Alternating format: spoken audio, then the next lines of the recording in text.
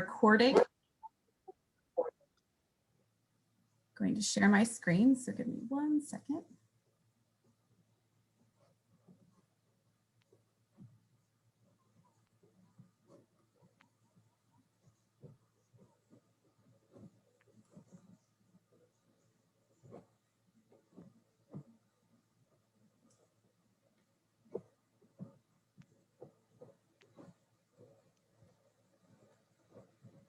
Hello, everyone, and thank you and welcome to the 2021 Social Innovation Lab Innovators Showcase. My name is Madison Marks, Director of the Social Innovation Lab, and I am grateful to be here with you all tonight. So thank you for taking time out of your afternoon. We can guarantee you will not regret it. So to those who are joining us for the first time, this is an annual event. So we typically would be in person at the Innovation and Impact Forum, but this year, we're bringing you, hopefully, our first and potentially last virtual event. So we hope you enjoy, and I know that this will be a moment to remember as we celebrate the 10 teams who are graduating from the SIL Accelerator Cohort. Without further ado, because we are in a Zoom meeting, I just would like to have a few reminders for everyone on Zoom participation etiquette. So first, kindly mute yourselves. Throughout the event, there will be a lot of speakers and we have a packed agenda. So if you can keep yourself on mute, we would appreciate that. We'd love to see your face as well. So if you are in a space where you can share your video, we would love to see you. But if not, that is okay. We highly recommend using the speaker view at the top of your screen to see the presenters. We will have pre-recorded videos, so you'll be able to see those clearly. And then finally, we encourage you to use the chat as a space where you can ask questions of the speakers and share your support for SIL teams as they're presenting. This afternoon, as I said, we have a packed agenda. So we're going to be starting with a brief introduction of the Social Innovation Lab and what the teams have been up to over the last 6 months. We also have special guests who will be sharing more about the Social Innovation Lab over the last 10 years. We are celebrating our 10-year anniversary. We also have 10 team presentations, and we'll be culminating the evening with the announcement of the $25,000 cohort prize winner. We will get to that in a little bit. Today, I am honored to be joined by Christy Weiskill, who is the Senior Advisor to the President of Johns Hopkins University for Innovation and Entrepreneurship, and she's also the Executive Director of Johns Hopkins Tech Ventures. Additionally, we have Dr. Canal Parikh, a faculty member with the Johns Hopkins School of Medicine, and he's also a serial entrepreneur, including one of the co-founders of the Social Innovation Lab itself. And finally, Bree Jones will be joining us at the end of the evening to announce the winner of the $25,000 cohort. For those not familiar with Bree, Bree is the founder of Parity and was the winner of last year's cohort. She will share a little bit more about her progress that she's made over the last year. But the real stars of tonight are our SIL teams. So this is the order of presentations. We will be showing pre-recorded videos live, and then we will have 3 minutes of Q&A moderated by Maddie Stokes, who is the Director of Innovation Initiatives and Corporate Relationships here at Johns Hopkins Tech Ventures. So if you have questions throughout, we encourage you to post in the chat, and we may get to those questions. If we don't, the teams will be monitoring and responding either to you directly or publicly about those questions, or you can follow up directly with us and we can connect you with the team to get your questions answered. Before we start, I want to share more about the Social Innovation Lab. So the Social Innovation Lab, in any normal year, we would be providing funding, mentorship, office space, and workshops to help innovative nonprofits, mission-driven ventures, and disruptive technologies to develop into thriving sustainable ventures with measurable impacts. We've continued to do that this year through the Social Innovation Lab Accelerator Program online. Our mission is to affect meaningful social change in Baltimore and beyond by supporting and accelerating social innovators from ventures from opportunity to impact. So we work with early stage companies here in Baltimore, both consisting of Hopkins students and community-led ventures who are working on solving social or environmental problems. Over the course of 6 months, we help these teams through a series of of intense boot camps focused on topics like customer discovery, impact measurement, human-centered design, and strategy and goal setting. And we also have a number of people who are involved in this process. Okay, this is great. This will give us a little bit more. If you are currently speaking, we ask that you mute yourselves. Where we think things should.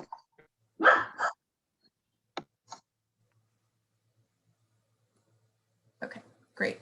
So our story goes back to 2011. So very unique to Hopkins.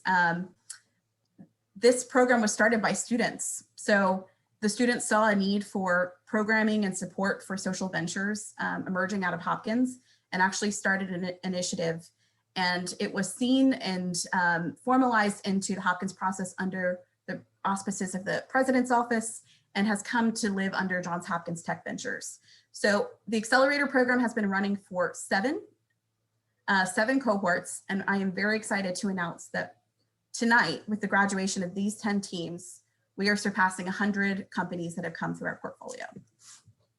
We will dive a little bit further into why Johns Hopkins Tech Ventures supports social innovators, not only at Hopkins, but in the community when Christy speaks. And then Kunal will also share a little bit more about the journey of SIL over the last 10 years. Our impact. So as I said, we have over 103 ventures that have come through our doors over the last 10 years, who have raised collectively $69 million in funding. We also run boot camps to support a greater number of entrepreneurs in the ecosystem. But what we find is the real sweet spot and benefit is the number of jobs that are being created by our entrepreneurs, of which many remain here in Baltimore. So as you can see from these numbers, more than 73% of our active alumni remain involved and engaged here in bettering the Baltimore ecosystem. Over the years, we have had many alumni come through our cohort. We've had alumni from very diverse backgrounds. We've had alumni who represent the underserved communities. So when we talk about underserved, those led by people of color, female-led, and other underestimated communities, which I like that Spread Karma has introduced that term this year. So the 2021 cohort is no different. So 90% of our startups are led or co-led by entrepreneurs of color. 70% are led or co-led by those I like to call boss ladies. And we have a healthy mix of community members and Hopkins-led startups with both nonprofit and for-profit status. And we have treasured the perspectives and experience brought forward by our cohort. We have not only diversity of backgrounds, but we also have diversity of age, industry expertise, ethnicity, life experience. So that combination has made for a very enriching and fulfilling cohort. So where our teams have been able to come together and support one another over the last 6 months. Our startups are solving challenges related to bridging the digital gap, preventing evictions, supporting community development, overcoming food insecurity, and more. And you'll be able to hear those stories tonight. Tonight, I have the pleasure of not only introducing you to the teams, but also sharing more about the people who have been behind the success of the Social Innovation Lab. Over the course of 14 weeks, so 14 weeks on Wednesday nights, the teams have not taken a break. They have heard from amazing speakers who have come to share their expertise, wisdom, and experience with our teams. So there are many to name, but I want to thank so many of our speakers. I don't care if you don't like right now. In addition to our speakers, I want to thank our partners. So our speakers joined us on Wednesday evenings, but our partners dove deeper with the teams. So by providing one-on-one deep dives on teams storytelling, teams branding and communications, and then finally with the Community Consulting Lab, providing dedicated support from teams of consultants who worked on a dedicated problem statement that the teams worked on over the course of 2 months. The Community Consulting Lab has been a partner of the Social Innovation Lab for 4 years now. And I want to give a special shout out to the team behind it. So Tracy, Mike, and Dan, thank you for all of your support in coordinating, and for the 17 student members who contributed quite a lot to the teams here in the cohort. Thank you for your work. So there was hours and hours of effort put into understanding the business and then coming up with a recommendation based on the defined problem statement. So we're excited to continue this collaboration and see different parts of Johns Hopkins working together to support community and Hopkins ventures. And finally, as someone who is very new to the ecosystem, this is my first year, I would not have been able to do what I do without our advisors. So to the advisors who provide support, mentorship, an ear, expertise, access to network, and so much more, thank you for the work that you've done and continuing to serve, not only from this year, but I know that you've been very involved in the years prior, either as alumni or supporters of the program. So thank you from the bottom of my heart for your efforts and continued engagement with the Social Innovation Lab. And of course, I cannot continue without thanking the ABLE Foundation for continuing to provide support for the Social Innovation Lab by sponsoring our $25,000 cohort prize. We appreciate your continued commitment to nurturing entrepreneurial talent and in growing our local ecosystem of successful ventures. We'll talk more about the Social Innovation Cohort Prize at the end. And to our teams and residents, to Antonio, Francesca, and Isha, thank you so much for all of the work you've done to support different aspects of the Social Innovation Lab. Francesca and Isha worked with their teams on integrating human-centered design into the customer discovery process. And Antonio was critical in helping bring these stories to life that you'll see tonight in a very compressed time frame. So big shout out to them. And then finally, none of this would be possible without the amazing people that I have and I get to work with on a daily basis. So thank you to the Johns Hopkins Tech Ventures team for providing support on everything from training to processing payments and finance to strategy to communications and marketing and media. I really appreciate you. And without further ado, I'm going to hand over the mic to Christy, who will be sharing some words of wisdom from her many years watching the Social Innovation Lab grow and emerge into what it is today. So Christy, the mic is yours.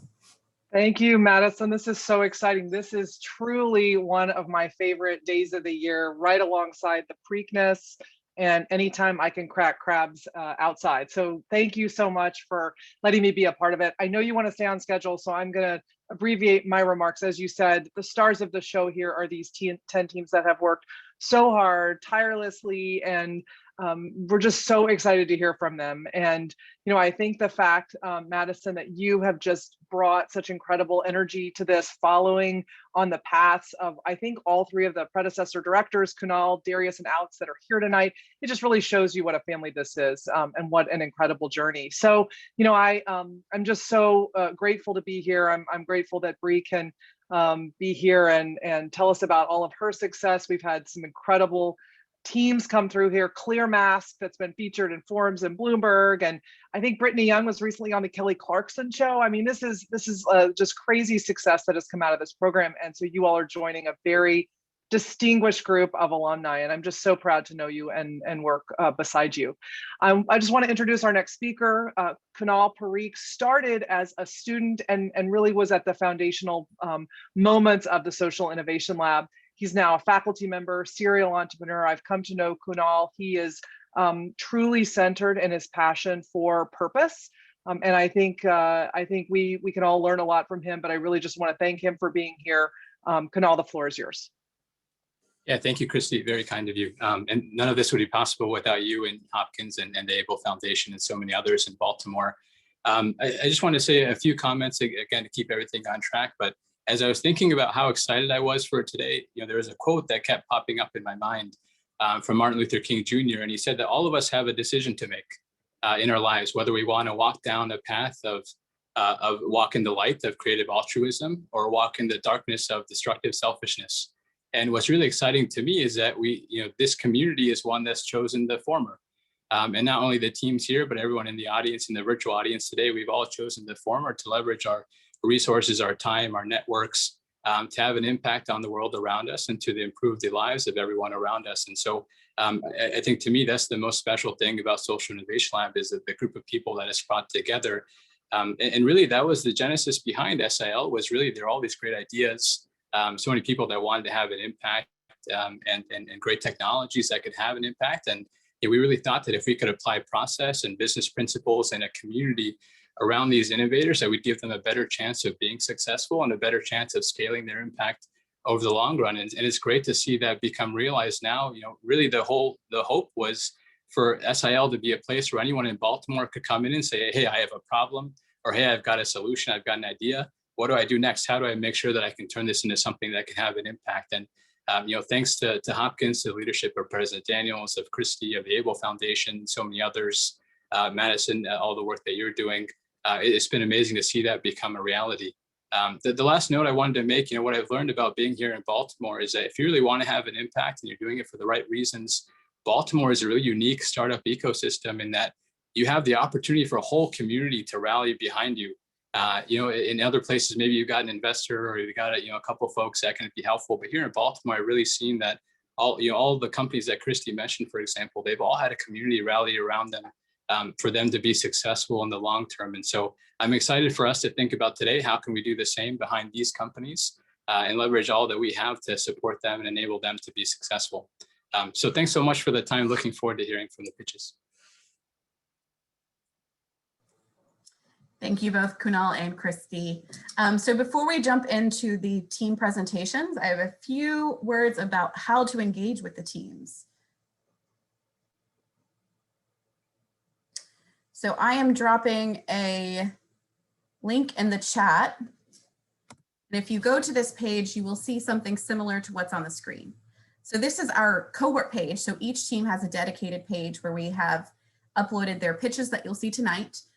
They're one-pagers for more information about each of the teams and also other noteworthy elements. So more information about the teams, press that has been generated about the teams. So we encourage you to use this as the hub tonight to get to know more about the teams.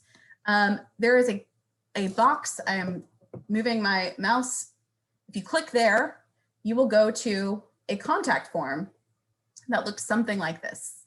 So we encourage you to follow the teams. And if you have any questions or if you would like to engage, we encourage you to fill out this box with information about which teams you'd like to connect with. And then this will go to SIL and we will put you directly in contact. So if you have any thoughts around how you would like to follow up with the teams, this is your main resource to do so. I will also point out that on the team pages, so this is an example of COVID SMS. You will see the one pager right above the pitch video.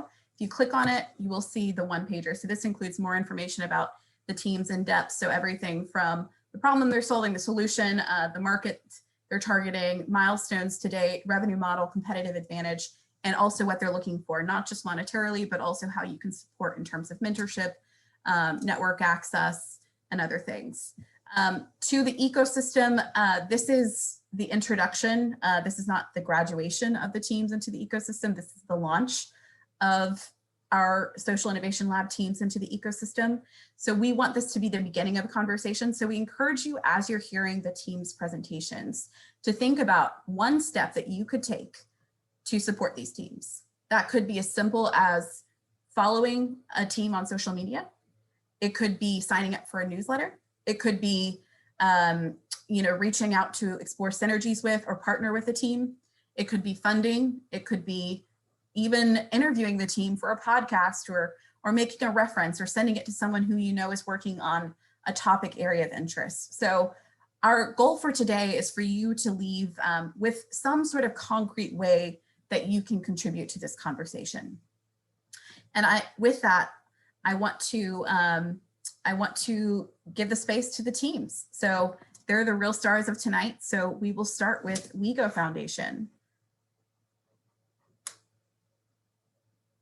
And I will recognize Cindy, our fabulous communications manager, who is supporting us on tech tonight.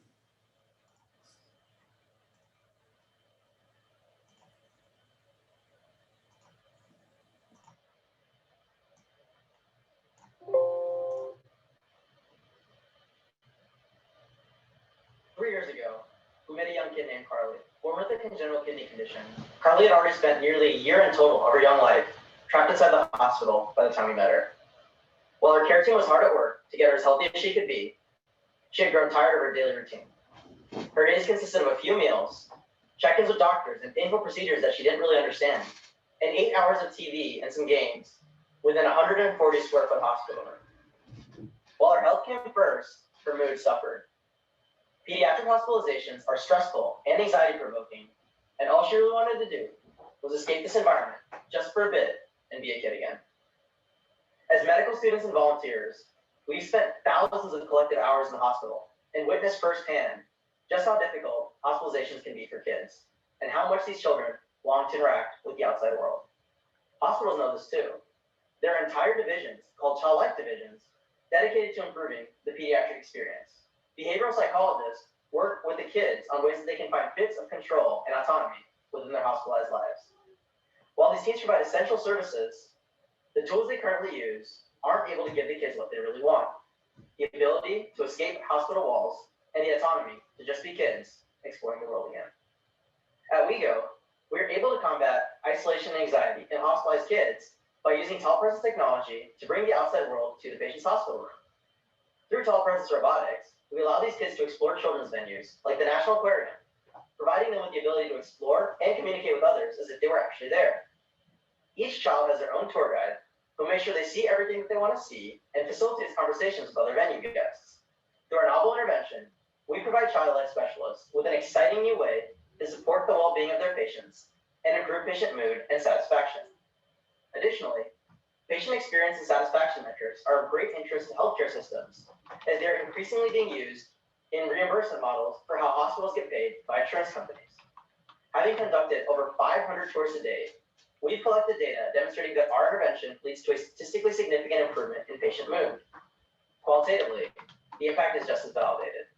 Watching sick and injured children virtually leave the hospital, explore new spaces of their own volition, and immerse themselves in a world devoid of scary procedures and uncertain outcomes is a powerful and humbling experience. Today, our network consists of 13 hospitals, including Hopkins, NYU, and the University of Iowa, 4 venues, including the National Aquarium and International Spy Museum, and we are actively expanding. We've raised significant funding and were invited to give a keynote presentation to the Pediatric Academic Society's National Conference prior to an unfortunate COVID cancellation. Given the flexibility of our tech solution, we've also been able to be active during the entire pandemic, from guided science experiments to robotic Easter egg hunts, and even interviews with a NASA astronaut. Having done largely pro bono work to date, our next steps include implementation of a subscription-based model that will allow our group to sustain and succeed in the long term, as well as seeking out new opportunities with communities facing limitations that could benefit from what we provide, such as elderly populations living in assisted living facilities. Excitingly, we have recently set up our first paying pilot program. We have the opportunity to reimagine the way we care for our most vulnerable, and we need your help to do it. If you know of any venues or hospital systems that you think would be a good fit, we would love an introduction. Beyond that, we are looking to raise $100,000 to support the development of our fleet, network, and staff so we can reach 15 to 20 new hospital systems and advance towards our final goal: connecting any hospitalized kid in the country to places that make them feel like they're a kid. Thank you. Fantastic presentation from the Wego team. I remember seeing you all a couple years ago pitch to Fast Forward You, and just such a long way and such a great cause. I have a first question in the chat, which is, it's clear you have done a lot of pro bono work, but can you elaborate more on your business sustainability? Yeah, I'd love to handle that. Thanks everyone for watching. So while we to date have been largely pro bono and fiscally sponsored as a nonprofit by Strong City, Baltimore, we're working with a legal firm to incorporate in our own right. And we're also shifting to a subscription-based model. And we've even just had our first paid pilot with an assisted living facility, actually. So I think our long-term sustainability will have to deal heavily with us expanding our client market to sort of do prop up a lot of what we do in the inpatient setting, and then eventually use that subscription model throughout with all of our clientele. One thing that I do want to share with you guys is that having recently conducted our paid pilot, the feedback we got was really positive. So from one of our partners at an assisted living facility in New York, they said they were really impressed by the questions and comments from the residents, and they really loved the experience that they had and are actively asking for more. So that's been very validating and hopefully is a sign of good things to come as we continue to scale. Thanks so much, Hayden. Another question in the chat is around what success might look like in 3 years for Wego. Yeah, certainly. So success for Wego, in our eyes, would look like 100 patient partners and 100 venues. Ideally, we want to serve people at both ends of the spectrum of life, be it in the inpatient setting with the pediatric patients or in the assisted living and nursing home setting. And ultimately, our mission is just helping people get where they feel the most like themselves when they are isolated or otherwise encumbered by limitations. So really, we would just want to have an impact kind of across the world with as many people as we can possibly benefit. Excellent. And I know Josh's question kind of makes me feel like he wants to mess with your robots, but question from him is just like, are you concerned about, people messing around with the robots or, kind of protecting those assets? Yeah, I mean, that's a great question. To date, actually, I would say that the impact our robots have in the venues has been really positive. Some of the kind of reported experiences of a lot of our patients in the hospital center around being able to interact with the patrons of the venues themselves. So that's kind of an unintended benefit of putting our robots in, say, the National Aquarium. Obviously, we want our kids and our clients to interact with the exhibits and the tour guides, but a lot of what makes kids feel like kids is just talking to other kids. And so we've had a lot of success with just, again, random patrons of the venue in question interacting with our clients. And to date, there hasn't been any risk of tampering or anything like that with our robots. People are largely courteous, and it's been productive rather than destructive, I'd say. Good. We have like 20 seconds left, so maybe you'll answer Courtney's message straight into the chat, but Bob asks about the competitive landscape. That's actually a great question. We've struggled to find a competitor, which has actually made it difficult as we've sort of tried to decide with our pricing model what competitors might pay, what might charge, what we might charge.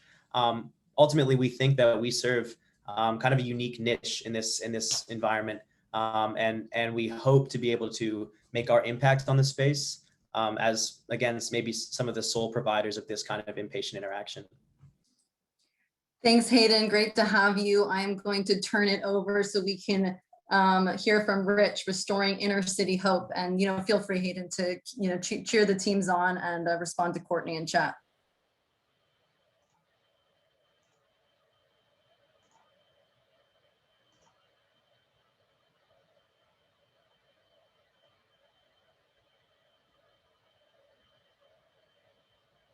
When you Google Char Hill, Maryland, the first pre-populated question that comes up is Char Hill safe?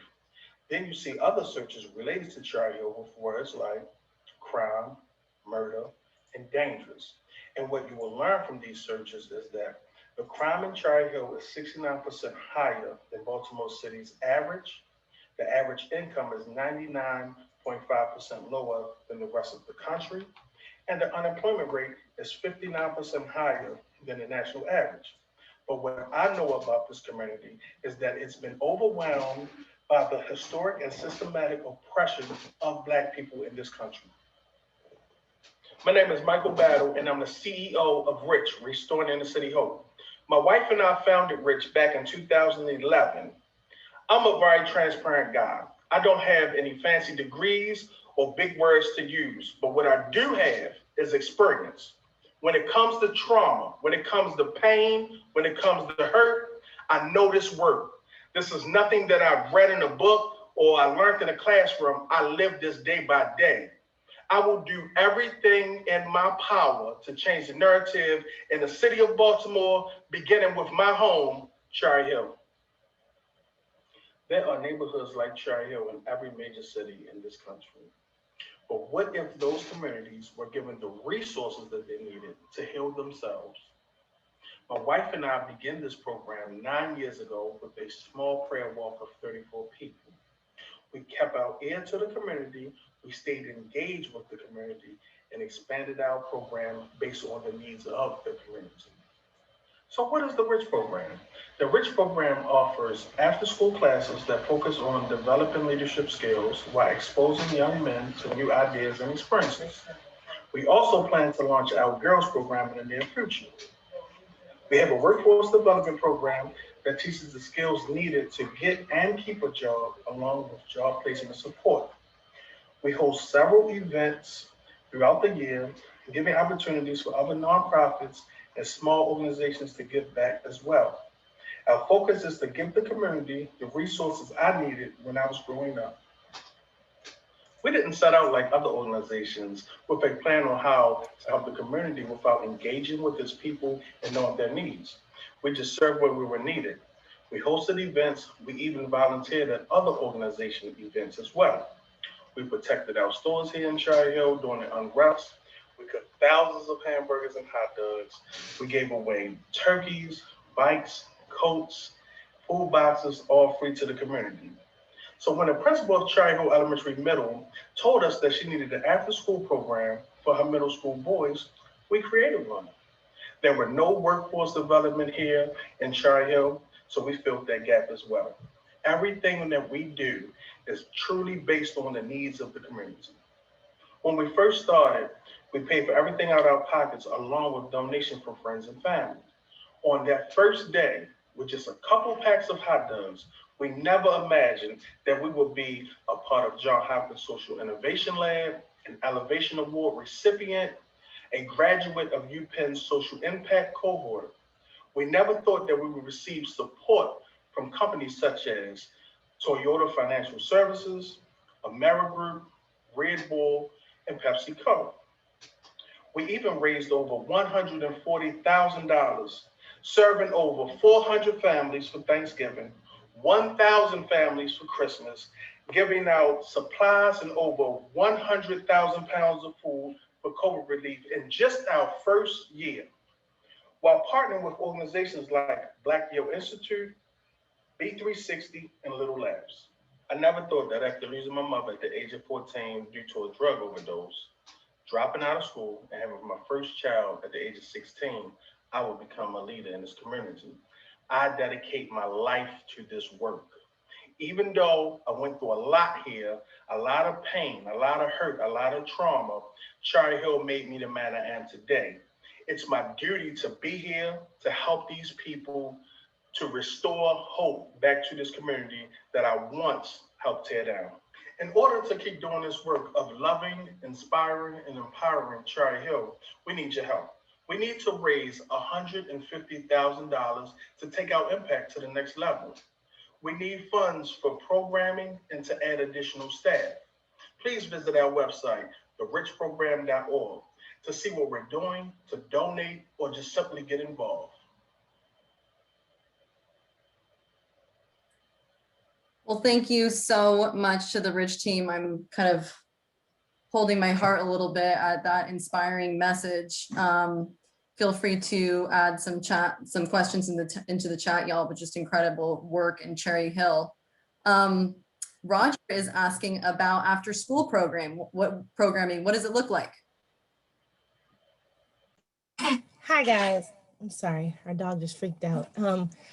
I'm Danny Battle, the other half of the Rich program, and our after school programming, what that looks like is the kids come in, since COVID started, we have a little bit of free time with video games and basketball or football just because they weren't connecting socially with each other. So they were able to come with us, do that. And then what it is we have different classes that range from entrepreneurial classes, which also focus on financial literacy. They do photography, which they picked after summer school. We had a photographer there and they were so captivated by her work that they wanted the program. So we made that a class also. They have self-discipline classes, and we also do an anti-bullying class through Little Laughs, which focuses on using improvisational comedy to rebuff bullies instead of, absorbing it and then making bad choices. So they do that. And then in the summertime, they go up on the farm in Cherry Hill and they work there twice a week. They go to the rowing club down on the water from Cherry Hill. So we just try to give them a lot of different experiences so that they have more choices and see a bigger investment in school because they want to get to this end point later on in life. Thanks so much, Danny. A question from Josh about, the workforce development component that you were just describing. What's the most important skill or connection or resource the students you work with need to land that job? So for our workforce development, the big thing that we are focusing on right now, because we're starting small and growing, is the soft skills. It's not so much for a lot of people in communities like Cherry Hill to get the job. It's really a lot to keep the job, because you're fighting a lot, and you're fighting for everything in communities like Cherry Hill, that when you get in the position, you don't always know how to calm down and be in the moment. And so we really, really focus a lot of our training on like how to just communicate and how to handle an issue in the workplace. So we really, really focus on the soft skills that lead to job retention. And then we'll just have different companies come in to kind of help with the actual job placement. Thank you for sharing that. It's a critical nuance that I think a lot of us have to understand.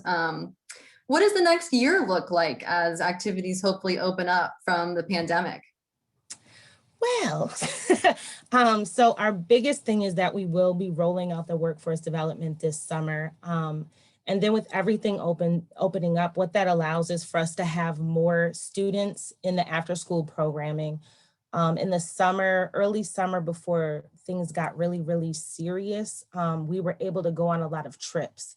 And so to be able to, again, expose kids to things that are outside of Cherry Hill is like super exciting for us. They keep saying like, we miss going on the trips, and we would take them in like a party bus because, that's what all the rappers do. So they got to like experience just a lot of different levels. So as everything opens up, it's just being able to just expose everybody to more than what they're used to.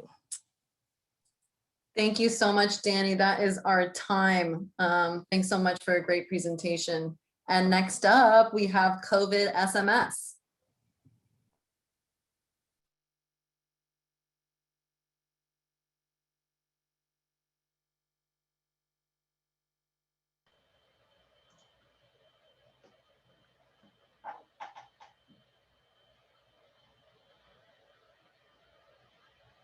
Hi, my name is Hannah and I'm the co-founder of COVID SMS.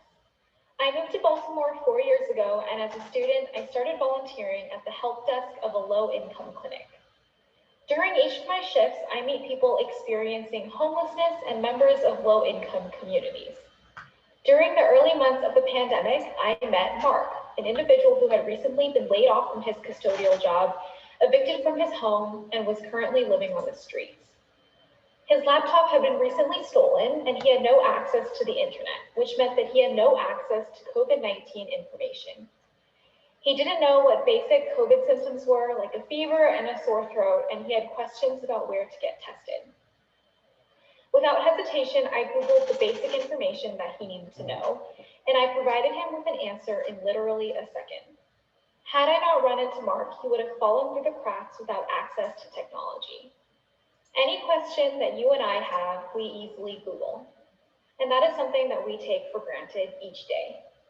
But Mark only has a basic flip phone. In fact, 96% of low-income Americans have a cell phone, but only 54% have a computer and 56% have internet access. At COVID SMS, we strive to help low-income Americans access not only COVID-19 information, but also essential resources through the most accessible form of communication, which we believe is text messaging.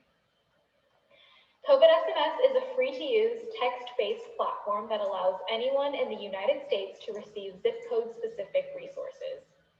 Centered on a mission to serve, we heard from community leaders and city officials about what they needed, whether that be resources, testing sites, and now even vaccination information.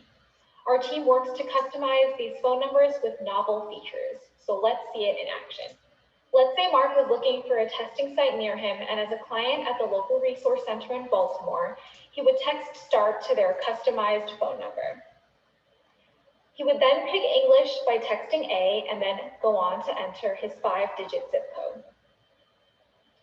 Mark can text B to subscribe to receive COVID-19 statistics every day. This is available for all zip codes across the nation.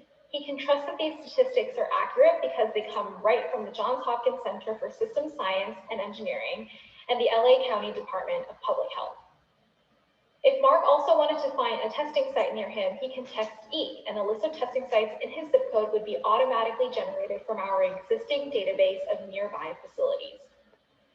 Let's say that Mark was a client at this resource center and also wanted to subscribe to their announcements. He could text C to subscribe. It's also easy to use on the side of the community leader. They just type out the announcement and schedule what time they want it to be sent out. We have even integrated this service to Google Forms and to Google Sheets, making it as simple and easy to use as possible.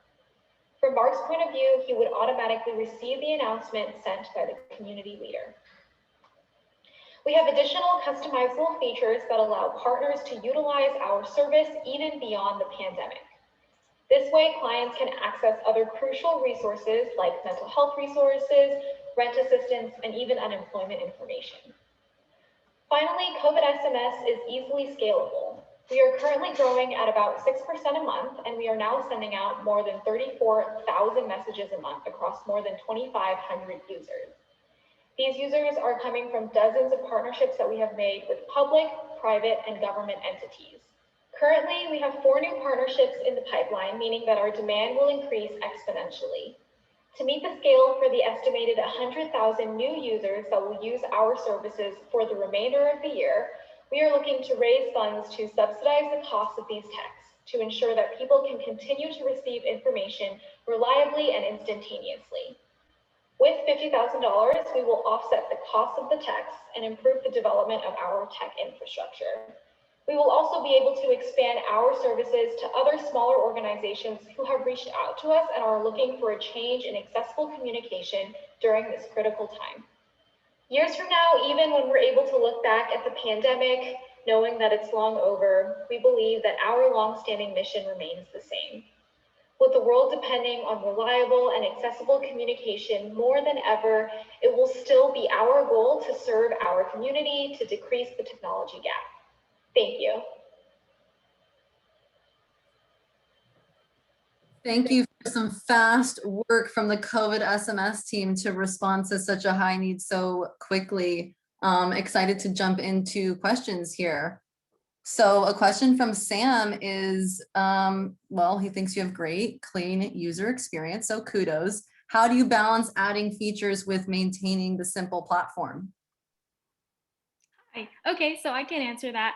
I think the way that we do that is just by continuing to maintain conversations with whoever is asking for a partnership with us. So we kind of gauge what is their level of ability to even use the service and how are they even able to send out the announcements. One of these like very specialized customizations that comes to mind is one of the leaders we were working with really like didn't even know how to use Google Forms. And so we actually set it up through his phone so that when he would text into a certain number, whatever he texted in would be texted out to everyone. So he really needed to see it in that simplified way where like, if I send this text, it's going out to all these people. And so we just continue to try and make it as user-friendly and simple as possible. Excellent. Another question from Carrie is around when you speak with partners, what benefits of your service do you lead with?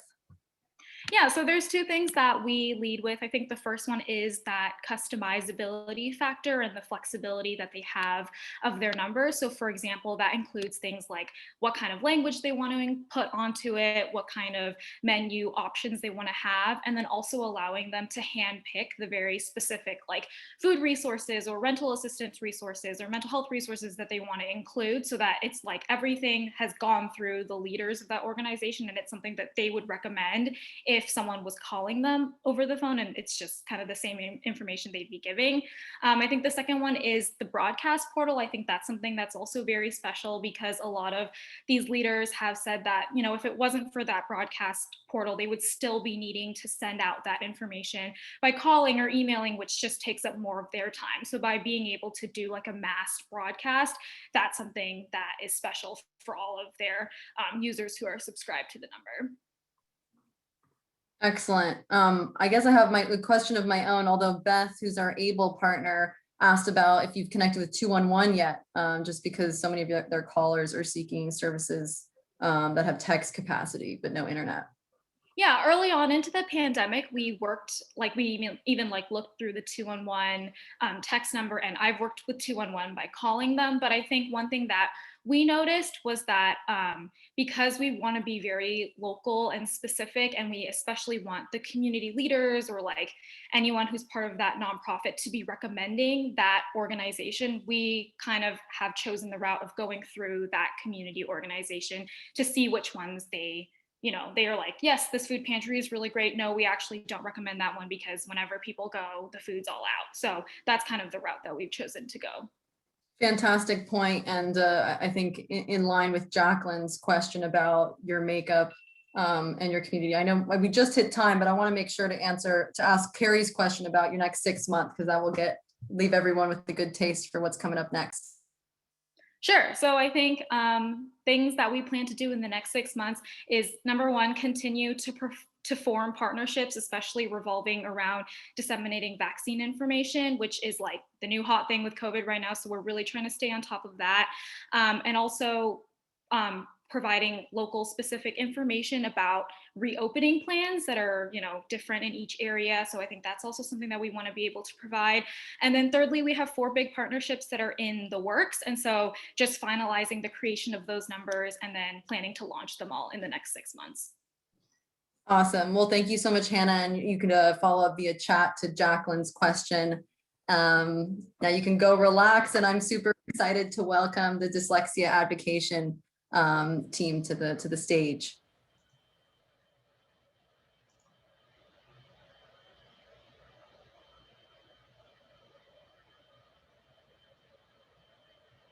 As my daughter entered 2nd grade, she was struggling to read, write, and spell. As a concerned mom, I wanted to do everything I could to help, but I felt frustrated with her public school because they weren't being transparent with what was going on with her. They told me she had reading challenges, but would not diagnose her with anything. See, they wanted to identify the characteristics, but not diagnose. So that was confusing for me. I sought help, and in November of 2017, it was confirmed that she had dyslexia and ADHD. Suddenly, I find myself trying to navigate this complex world that I know nothing about. I found myself at more specialist appointments, and we were faced with way more bills. In a matter of 3 days, I was told I needed more than $22,000 in order to help my baby learn to read. I felt helpless, overwhelmed, and overly distracted, trying to balance gaining knowledge about supporting her, continuing to do well in my job. Fed up with all these feelings, I made the impulsive decision to leave my job and find another opportunity at a place where I could gain more information and how to support my daughter. This new job would allow me that flexibility. Little did I know, at the time, these signs of being distracted, being impulsive, and feeling overwhelmed, yes, some of that involved my daughter, but it also involved signs of ADHD. At the age of 43, I, Winifred Winston, found myself diagnosed with ADHD, and that would explain a lot. There are approximately 80 million adults with ADHD, and 1 in 5 people have some form of dyslexia, and they don't even know it. Did you know Kobe Bryant was dyslexic? How about Will Smith, Magic Johnson, Octavia Spencer, Asia Wilson, or even Spike Lee? Dyslexia shows up in 80 to 90% of learning disabilities, and I'm not done.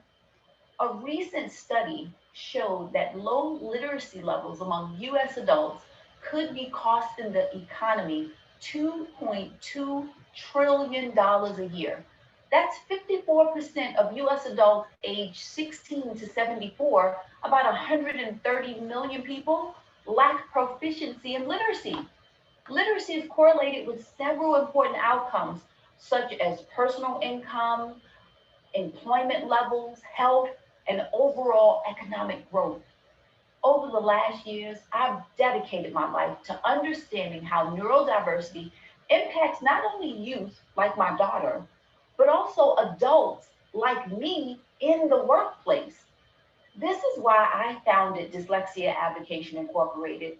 We are focused on helping youth and adults with hidden disabilities such as dyslexia and ADHD. How will we do this? We're going to do this in 3 different ways.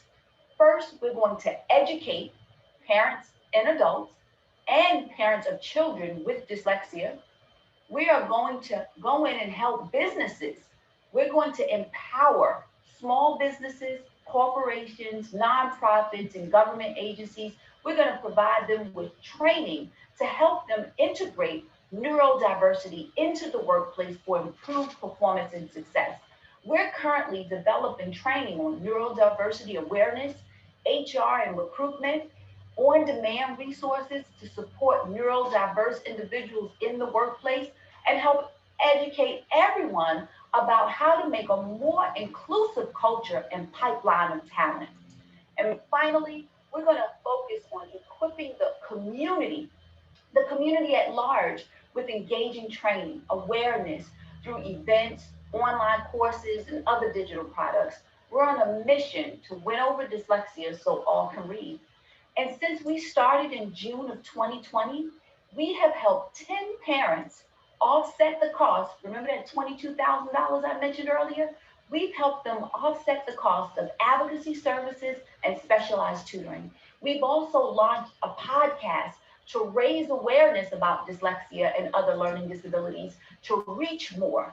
And we are seeking to raise $120,000 to fully fund our Parent Solutions program for the remainder of the year. With COVID-19, there's been an increase in demand for advocacy services. Parents want to know and understand how will their child get services virtual or in person or doing both. And with the demand of virtual specialized tutoring, we want to be able to help. We want to reach more, teach more, and help more.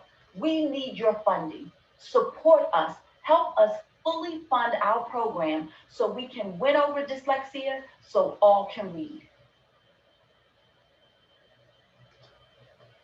Fantastic presentation from Winifred of Dyslexia Advocation Inc. Super excited to jump into questions here.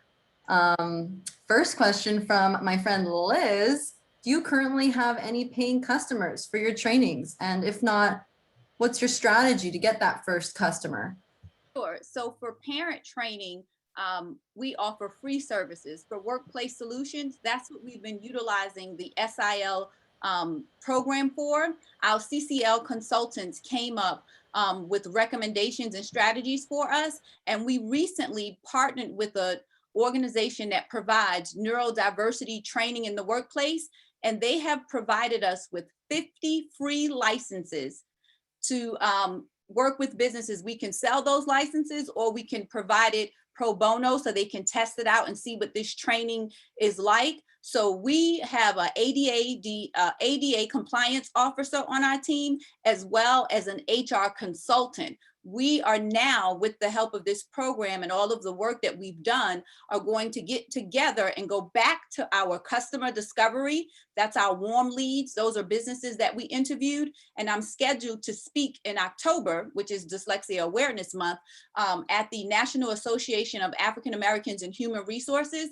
So I've already aligned myself to be in front of those decision makers so we can secure our first contract. Excellent. Sounds like a great plan, Winifred. Our past SIL alum, Dana, asked, do you foresee any opportunities to connect, collaborate with schools and districts? I'm already doing that. I spoke to Morgan State University, a class of educators yesterday, and my academic lead at Morgan, who is helping me with my podcast, she has a cohort of schools that she directly work with. And prior to SIL, I was the chair of CCAC, which is it's a organization connected with Baltimore City. Every jurisdiction in Maryland has a CCAC office, but I stepped down as that chair so I could focus on SIL. And being a former educator in Baltimore City public schools, I have connections and I'm already working with the school districts. Fantastic. I don't know how you do it all. Great question from Bob is just around where you get your specific content for the dyslexia training.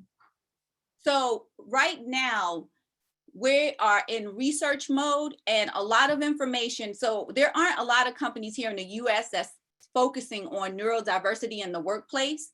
So I've done a lot of research abroad, and there are a lot of UK organizations. So the organization that's providing the 50 free licenses, they are here based in the US, but I've also partnered with Landmark College. We've had our first conversation. They have a program where they work, it's a college for kiddos and scholars who are neurodivergent. And they have a program where they're working directly with employers to build out programming. And so I'm connecting with those in the space who are doing the work with employers in the workplace. For the parents, I have lived experience. I'm also a state leader for another organization. So I know that content almost like the back of my hand. Well, thanks so much, Winifred. Just like incredible to see the transformation over the last couple of months since I first saw you a couple months ago. So thanks so much, and go take a load off. We're gonna welcome Mentee to the stage now.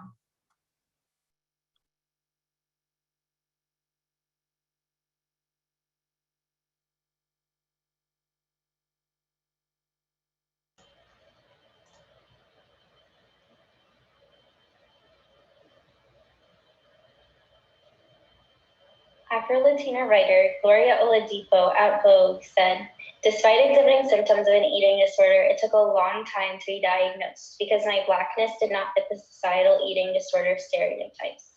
It took meeting with a therapist of color to get the diagnosis that saved my life." Gloria's quote illustrates one experience, but also a much larger problem. Women of color receive mental health care at just 1/3 the rate of their white counterparts. When they do receive care, like Gloria, they face higher rates of misdiagnosis. Take eating disorders as an example. Black adolescents are less likely to be diagnosed with bulimia, although they are 50% more likely than their peers to display symptoms. And only 17% of practitioners recognize Black women's eating disorder behaviors as problematic, compared to 44% of practitioners that were able to identify this in white clients. And lastly, when it comes to assessing culturally competent care, a lot of Spanish speakers struggle because only 5% of US therapists speak Spanish. My name is Meghna, and I am a woman of color. Together with my team, Ido and Nicole, we did some customer discovery on mental health gaps for our communities. The common theme was this: in addition to therapy being taboo, it's difficult to find a therapist who understands your identities, and it's expensive. This is why we founded Mentee, therapy for women of color by women of color. Mentee is therapy that speaks to you, and as young women of color ourselves, my co-founders and I have experienced many of these pain points. We address 4 key pain points for therapy seekers in our target demographics: access, cost, personalization, and community. First, access and cost. If only 12% of US therapists are BIPOC, meaning they're buried in therapy databases and in many cases overbooked, where can you even go to find a BIPOC therapist taking new clients? This problem is compounded by the high costs of individual therapy. That's when we started investigating group therapy, which is just 1/3 of the price of an individual session, sometimes even less, but community-centric, and proven to be just as effective as individual therapy for disorders like anxiety, depression, and eating disorders. Mentee leverages technology to bring together diverse therapy seekers with diverse therapists seeking clients for both one-on-one sessions, but also uniquely for 8-week-long identity-based group therapy to increase access to care and create a pipeline therapy for women of color. This is a pipeline that doesn't exist on larger, more mainstream platforms. Second, personalization and education. Mentee empowers users to personalize their care through filters such as language and ethnic identity, coupled with educational modules to guide users in the choice of therapists to help them take charge of their care. Finally, community sets Mentee apart from other databases because of our approach to group therapy sessions that enable groups to support each other and break down stigmas even between meetings via a therapist-monitored group chat. Our business model is phased. We plan to begin as a 2-sided marketplace, and our 2 user profiles are therapists and therapy seekers. First, therapists pay a monthly subscription fee to be on our platform, and therapy seekers use our platform for free, paying therapists directly for their services.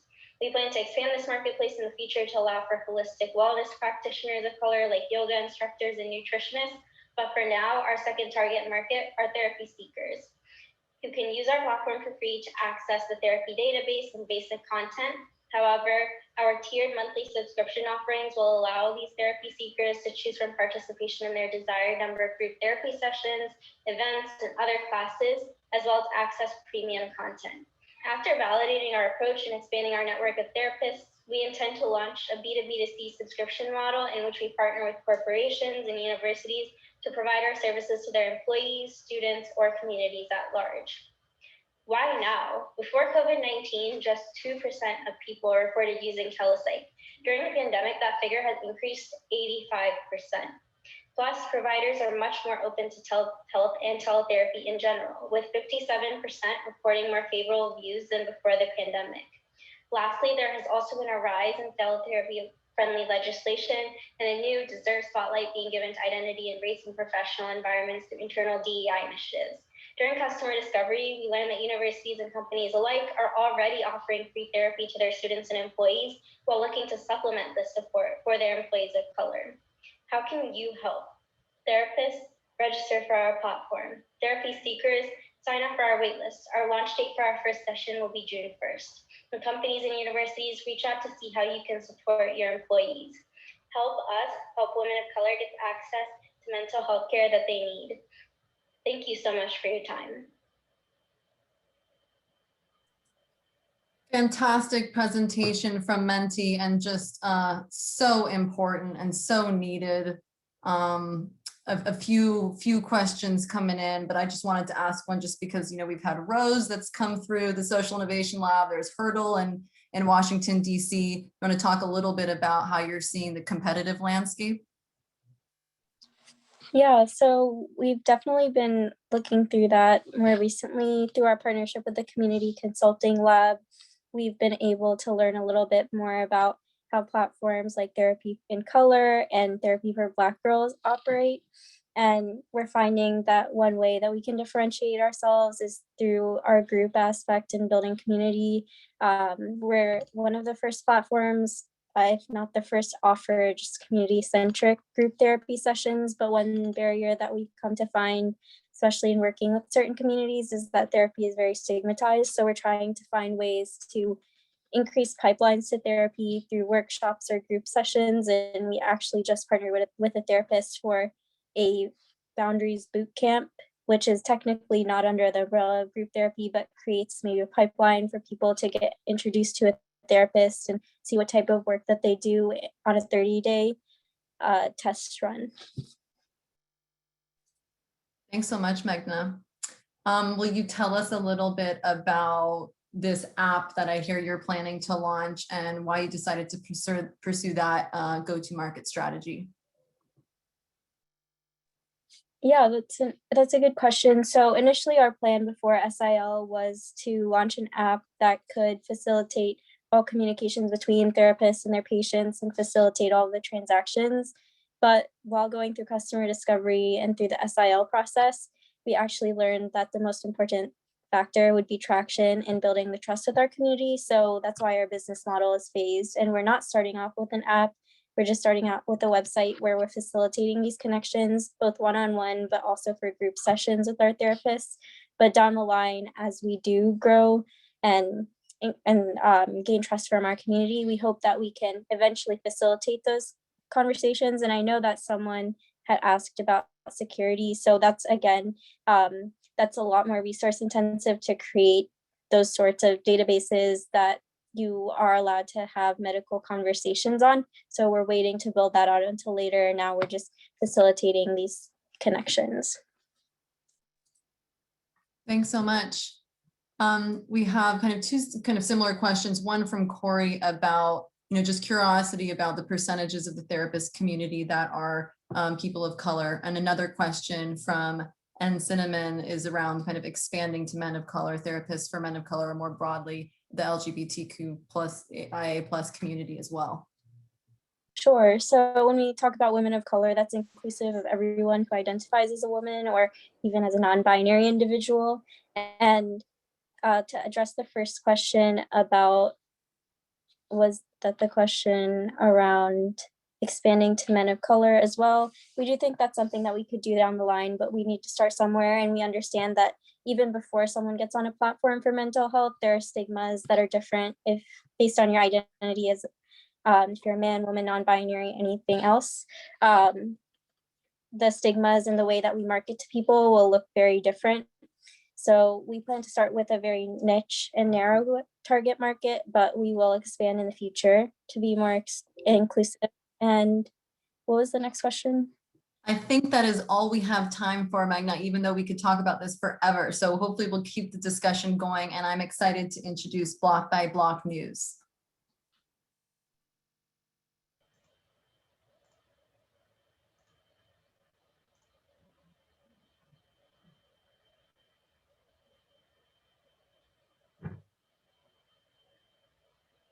Back in 2012, I watched the media question if Trayvon's hoodie made him suspicious. As shocking as that was, what was even more shocking was how few Black voices were on the cable news. It was the first time I noticed news happens without us, and everyday people do not shape the narrative. I saw this from my dorm room at Howard University. At the time, I was an economics and political science major, but the media's role as a container for civic debate and determining the conversation inspired me to change my major to journalism the next day. This changed the trajectory of my life. 4 years later, I thought I was ultra informed. I was a journalist. And after, like so many of you, I spent a lot of time watching the cable news covering the 2016 election. And then came the night of the 2016 election.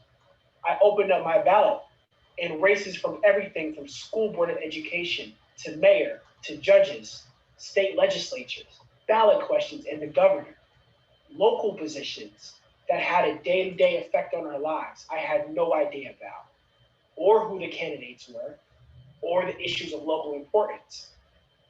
Local news deserts seed political polarization. What if instead we water local media and we amplify neighborhood voices?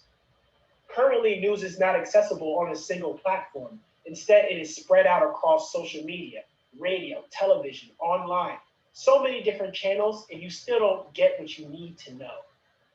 Imagine a one-stop shop for state, county, neighborhood, and local news sources. My name is Kevon Painter.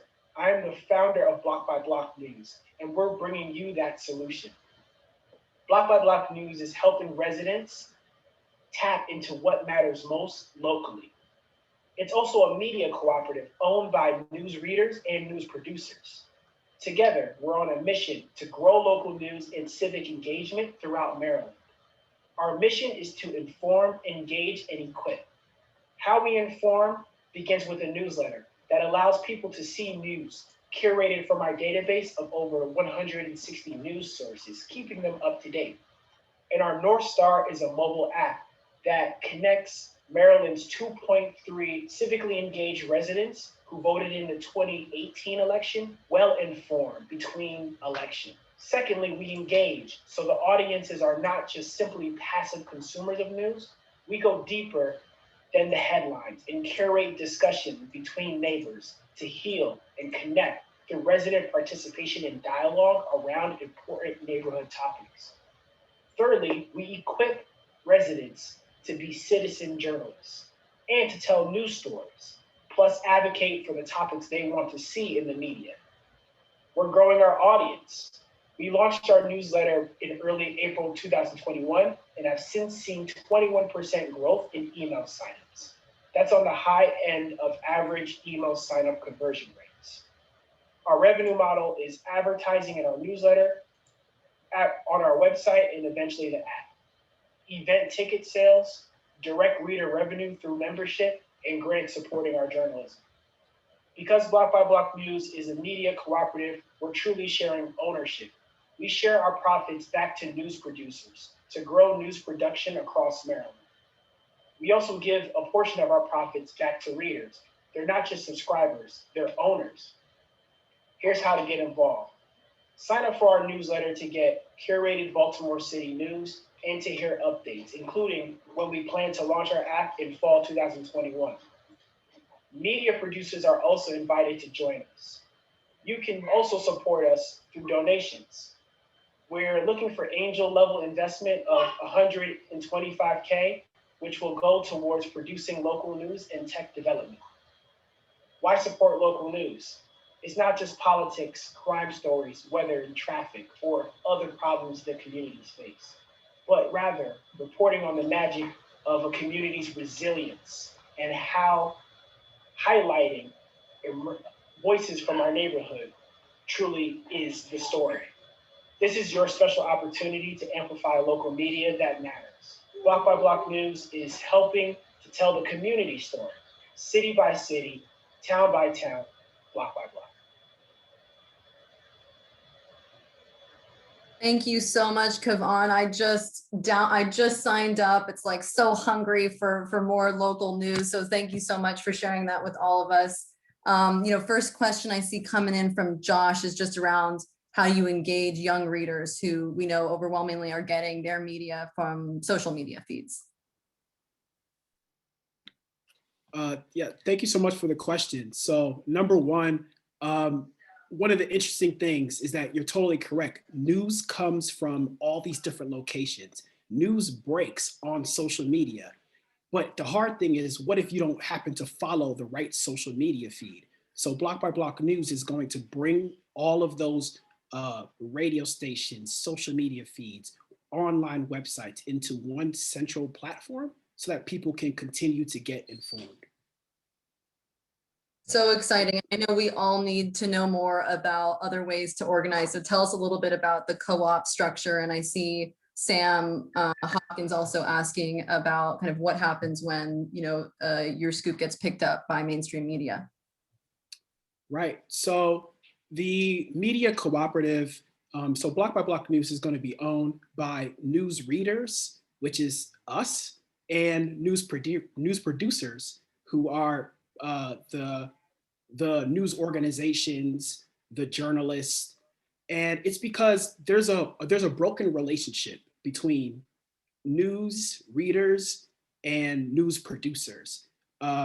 It's because I noticed that news happens without us. I was watching the television one day and it felt like a very passive relationship. So the cooperative is really to combine these two and to begin to repair that relationship. And we'll do this through events, through media literacy, and through training everyday news readers to also be citizen journalists and start to tell the story.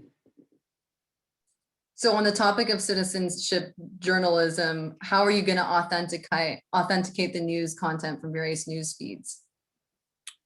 Absolutely. So Block by Block News's mission is to inform, engage, and equip.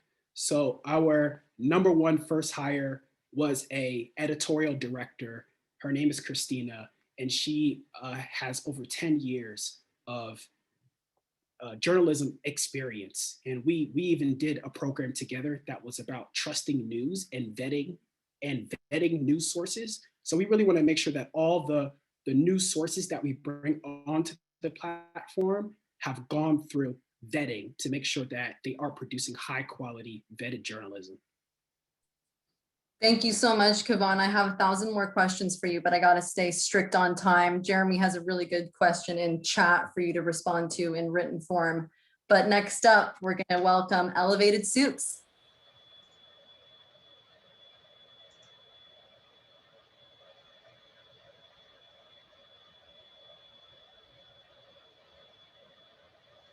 In 2019, the Maryland State Department of Corrections released nearly 5,100 individuals from prison into communities throughout Maryland. Baltimore City welcomed home 42% of those individuals.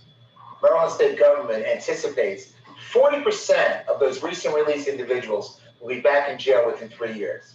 Can you imagine if we could change that? I'm Chef Stephen Albright. I am the culinary director of the Franciscan Center and co-founder of Elevated Soups, a social enterprise of the Franciscan Center. On February 21st, 2014, I was released from the Maryland State Prison System. My faith and my passion for cooking while in prison helped me find a sense of purpose. I knew that I needed to find an industry that would be forgiving for returning citizens.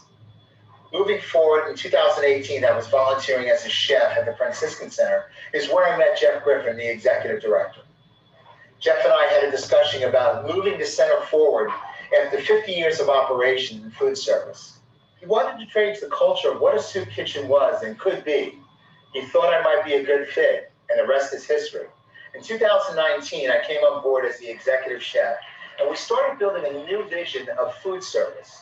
How we fed people, what we fed people, and how we could serve more. Because everyone deserves a healthy meal. Our soups and foods are cooked from scratch. Cooks cook. We source our products from 4 local farms in Baltimore City and the surrounding neighborhoods. We take produce in its raw form and change it into a product that offers nutrition, hope, and dignity. It also provides a much-needed nutrition that leads to engagement, optimism, an opportunity for a conversation to take place that can change a life and offer a second chance. My first year at the center, we served 130,000 meals. And who knew the pandemic was coming? Because that number has doubled, over 347,000. The path to get to this number wasn't easy and required us to think innovatively and to pivot to serve Baltimore's hungry. Most important, we became unafraid of taking on risk and new ideas. This is where the idea of elevated soups was born. Elevated soups are healthy soups for healthy souls. We look to share our delicious products with conscious consumers, looking to enjoy good food while looking to support the food insecure. For every soup purchase, we will serve another soup to someone in need in our community, redefining what a soup kitchen should be. In addition to elevated soups, we have launched Dignity Plates Culinary Training Academy, a community-based training program where we train the underserved and the returning citizens of Baltimore. Our program provides basic culinary techniques and skills that offers careers to the culinary industry. It is our plan to hire some of these apprentices for our Elevated Soups brand and to offer trained individuals to industry partners. The Training Academy takes a person in their raw form and transcends them with the much needed skills, not only to provide for themselves, but for their families as well. The Franciscan Center has recognized we need to pivot and devise new methods into serving our populations. We need new ways to become sustainable while remaining effective. Creating a soup line provides those opportunities for the future. With the right partnerships, we're looking to fundraise $300,000 to grow the Elevated Soups into a company that will employ a workforce of returning citizens as well as underserved populations, like I once found myself. Look for our launch in the fall of 2021. We will elevate the power of food and the power of a second chance.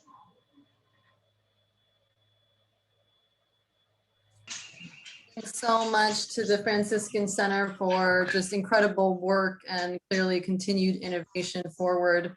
We have a question coming in about your company growth and what your growth goals in the coming year and next 3 years is going to look like.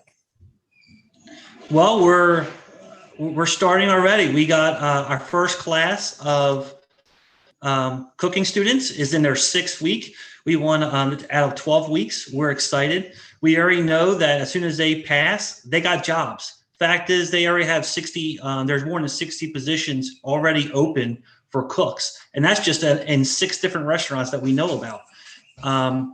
What we're going to be doing, and we started a little bit, is selling soup. And this summer, we're going to be working with farms in our city and then helping them grow more so that we can buy more of their produce and put people to work. We're working hard to get the food science right so we can get the nutritious facts. We also want to make sure that we have the right containers that we want to use. Plastic is really not the way we want to go. We want to use more glass or another type of material that's very recyclable. And we're working hard with creating partnerships. We want to kick off the soup season this fall in high schools, colleges, maybe the Ravens game. And so that's what we're looking for. We're excited, and we believe this is a lot of opportunity here in Baltimore and beyond. That's fantastic, Jeff. And I know when I was in the Middle East in the heat of summer, we were eating soups. So soups all year long, in my opinion. On that topic, how are sales going? What's the goal? What are partnerships like, and where can we get in on it? All right, so I love that. So right now we've only just did a lot of taste testing. We did a lot of customer experiences, and right now we made about $1,500 so far in sales, and we haven't even really tapped any resources. It's going to be coming out shortly. Right now, it's important that we focus on this culinary class. Of the 5 people who are part of the class, 3 of the 5 do not have their high school diploma or GEDs. 4 of the 5 do not have a 10th grade reading level or higher. So it's more important that we get this class right, because they're going to be our future partners in all this. And that's how we are. And we also want to make sure that our partnerships with the local farms, Strength to Love in West Baltimore, Oliver Community Farm in East Baltimore, as well as some other farms, are intact. And that's what this summer is going to be about. We're going to have a lot of taste testing, and you're going to see a lot of us, I promise. We'll be looking forward to it, Jeff. Thank you so much. Sit back, relax. We'll enjoy the last 2 presentations. And next up is fair housing.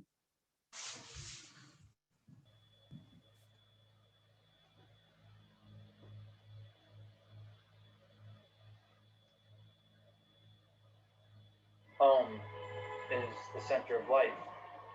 We think of stability, community. When disrupted, life's disrupted. If we want to make the world a better place, we need to bridge gaps for housing stability. Think about life without stability if you were to be evicted from home. I am Brian Wojcik, founder and COO with Fair Housing, a nonprofit social enterprise. Baltimore City has 55,000 eviction filings annually. Most represent a family who couldn't pay rent. 6,000 to 7,000 of those are scheduled. That's instability. Eviction, poverty, and instability are interconnected, which is very personal to me. I know hardship. I've been evicted. I was 12. I know the shame, the resulting social issues. I know hunger. The impact of instability is lifelong, some of which I struggle with to this day. I didn't want to share any of this, but I realized there was no way around it. I may not represent everyone, but we have a lot more in common than many realize. Studies are conclusive. Evictions have long-lasting consequences on individuals and families. Health, well-being, educational disadvantages. I've lived it. I'm one of those statistics. I've been on the flip side too, in the position with no other choice than to evict a renter as a housing provider, much later in life. More recently, I realized I see problems of instability in a different way. What if I can get others to see it differently too? That's why I see many evictions as preventable, by rebalancing mismatched resources. If not, demand for government services continues to increase. It's a vicious cycle. When we see things differently, new possibilities occur. Bridges are built for stability. We created Fair Housing as a unique member organization to serve both renters and housing providers, which we term as independents, to bring stability to rental housing and make it easy to access resources and provide services. Most don't realize 80% of the renters are cut off simply because of the source of their housing. These are single and small unit properties, which often function with limited knowledge and information outside the system. We help rebalance time-sensitive resources for the 80% by systematically melding knowledge and localized guidance into a learning center. 0, an answer with unanimous agreement among thousands of renters and housing providers when asked if they want eviction. If they can prevent it, they would. Fair Housing makes 0 evictions possible among those preventable. We have capabilities at the ready to reduce the pandemic fallout from potential evictions. And imagine, Baltimore City could be the first city on the map to achieve 0 preventable evictions, especially during this time of crisis. How? A new service delivery mechanism tailored for all things housing. It's called IntelliWorks. Housing solutions for everyone, independents or enterprise, government or NGOs, at your fingertips, interconnected with each other, all working together seamlessly in real time. Sort of like apps on your phone, but more. Standalone software or off-the-shelf modern-day apps easily plug into IntelliWorks.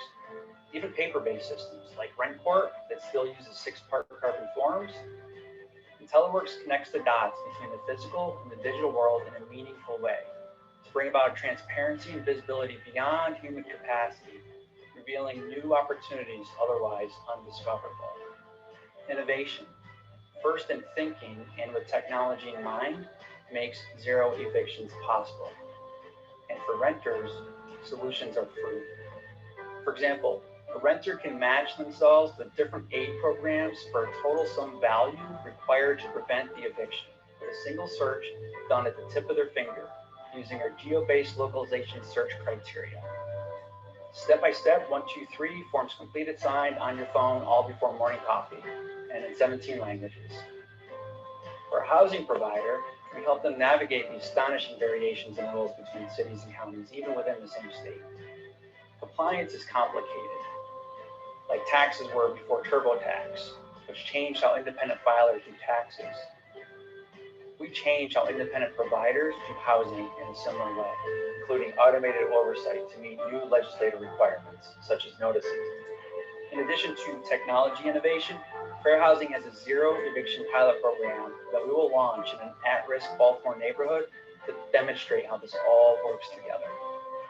If you see the merit with our effort, and if you want to be a part of preventing evictions in Baltimore, join us as a community member first to show support for this effort, and then review our roadmap to learn ways you might be able to help. Text JOIN to the number on your screen or scan the QR code. The pandemic has raised awareness with evictions. We need to move swiftly. Thanks so much to the Fair Housing team. So critical and all the time, but particularly during COVID, seeing it all over the place. Feel free to add your questions to chat, but I'll just throw one out there. You mentioned an eviction pilot. Can you provide more details about the next step of implementing this pilot program? Sure. The pilot program, the goal is to go deep before we go wide, and we want to choose an at-risk neighborhood in Baltimore and begin to integrate part of what you see in some of those solutions by getting voluntary participation with some of the advocacy groups and different philanthropies that offer assistance.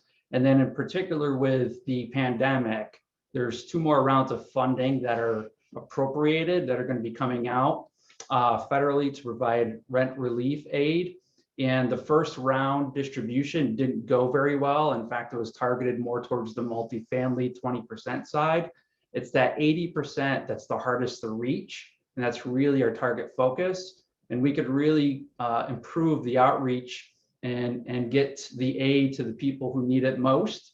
And that's really like the first step of the eviction pilot program. And then we're going to go wider with integrating other solutions. Great. And you just talked about kind of government funding. I see Roger here was asking about Council Bill that I don't know, AKA Rhino. Do you want to tell us anything about that? I'm happy to take those kinds of questions offline that are so specific. So yeah, I can discuss that offline. Sure thing. Okay. So Josh is talking about big money in real estate. And there are a lot of forces tied up in the rental market. What do you see as the biggest challenge you anticipate in confronting those forces, and any plan for overcoming them? Yeah, the reality is systemic change is hard. And it's too much of us versus them or them versus us. And really, Fair Housing, our objective is to bridge that gap. There is a lot of common ground interest. For instance, the poll that we took, whether you're a housing provider or whether you're a renter, nobody wants eviction. So what can we do to bring solutions to that segment of the market who does have the same interest, and really focus on providing real solutions? There is enough money to go around. There is enough opportunity to distribute the resources that are available. And that's really our goal, is to be Switzerland, right down the line in the middle, and not favor one side or the other, but just bring equitable solutions to the industry as a whole. Interesting. So I think Corey had a great question about some of our folks that are close to us. Bree, who's going to present in a moment, Parity, the Philly group, which just launched Project Own. You know, talk to us a little bit about how you're partnering or not partnering with some of these organizations. So as of right now, we've been so busy through this program.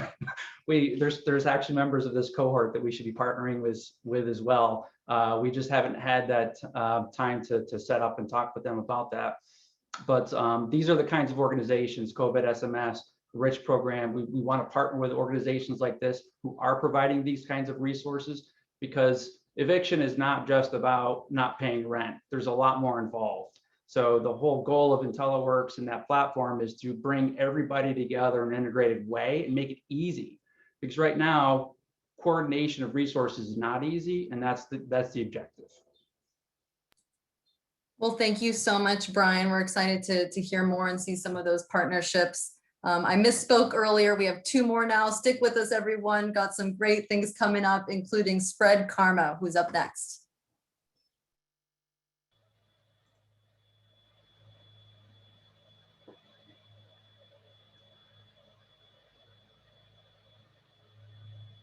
At the age of 14, I joined a youth program called Freedom Schools, where I gained valuable skills like team building, leadership, public speaking, and workforce development. This program changed my trajectory as a young person growing up in Philly. Unfortunately, Freedom Schools was forced to close due to the lack of funding. Hundreds of young people just like me were affected by this inequitable experience. I later learned thousands of programs in underserved communities like mine were also impacted by the lack of funding, lack of exposure, and lack of community. Hi, I'm Kelly Brown, CEO and founder of Spread Karma's social impact fundraising platform. I worked in nonprofit management for 10 years and spent the last 5 years getting back around the world and right here to impactful programs in Baltimore. Through all of my experiences, I realized one thing.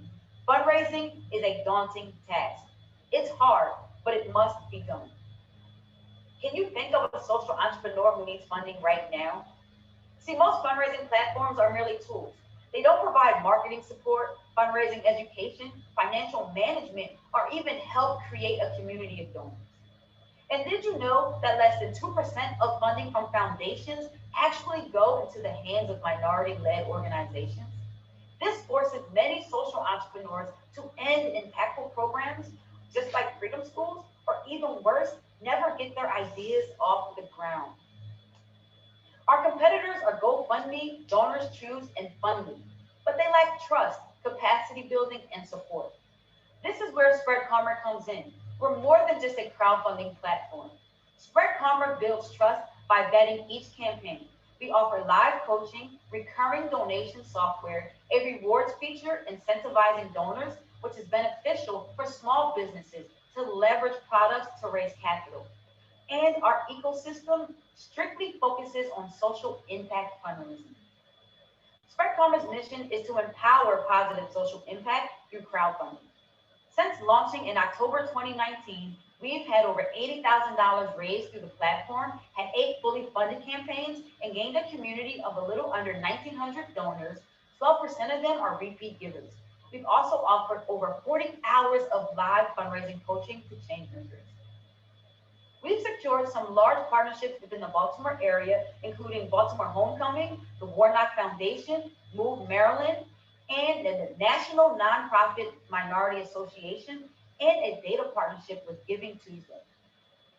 Spread Karma provides donation and rewards-based crowdfunding software, fundraising education, increased exposure, and an ecosystem for economic empowerment. Spread Karma has 5 revenue streams: the 4.5% platform fee, coaching services, digital products and workshops developed from our proven curriculum, backed by Associate Professor of Social Innovation at UMB, and purpose-driven merch. The crowdfunding industry is projected to grow to $400 billion by 2025. We're targeting millennials, nonprofits, young professionals, and social entrepreneurs. We will earn $500,000 in revenue in 3 years, focusing on the 4 major cities in the Mid-Atlantic region and starting right here in Baltimore first as the Baltimore Crowdfunding platform. In addition to forming key partnerships, our go-to-market strategy for campaigners focuses on word-of-mouth referrals, influencer marketing, live events, and capacity building cohorts like the Pitch for Good Accelerator. And when we think of donors, we will gamify social giving, host live events, and have donor matching competitions, and focus on employee giving. To get Spread Karma off the ground, I brought together a dynamic team. Sherman is our co-founder and COO. Adrian is our CFO with over 2 decades of experience in accounting. Lamar is our New York-based attorney and chief compliance officer. Love is the director of culture and communications, and Aaron is our head of tech and products. Between my team and I, we have over 75 years of experience in business development, marketing and communications, nonprofit fundraising, and tech development. We are looking for grants and investors to help make social impact easier. This seed round of $460,000 will help us launch our sales and marketing strategy, hire crowdfunding coaches, complete the development of the e-courses, and enhance our fundraising software for the next 2 years. The money we receive tonight will go directly towards hiring 1 fundraising coach and launching our sales and marketing strategy. So become a comrade today by starting a campaign, by donating to a campaign, or investing to democratize funding for social change. On behalf of the Spread Karma team, thank you all for listening. Thank you so much to the Spread Karma team. I'm sorry my computer died. Thankfully, we have a second computer, so we are back in action. Excited to get the question started here. Does the Spread Karma team want to tell us a little bit about your plans for the next 6 months and how you want to activate the Baltimore ecosystem? Yes, thank you so much, Maddie. So Spread Karma team is extremely excited to move forward with our plans to become the fundraising crowdfunding platform for social impact here in Baltimore. So we are presenting on May 18th at Baltimore Innovation Week. We have a workshop facilitating or actually sharing how to put the fun in fundraising through crowdfunding. So we hope many social entrepreneurs check us out at Baltimore Innovation Week.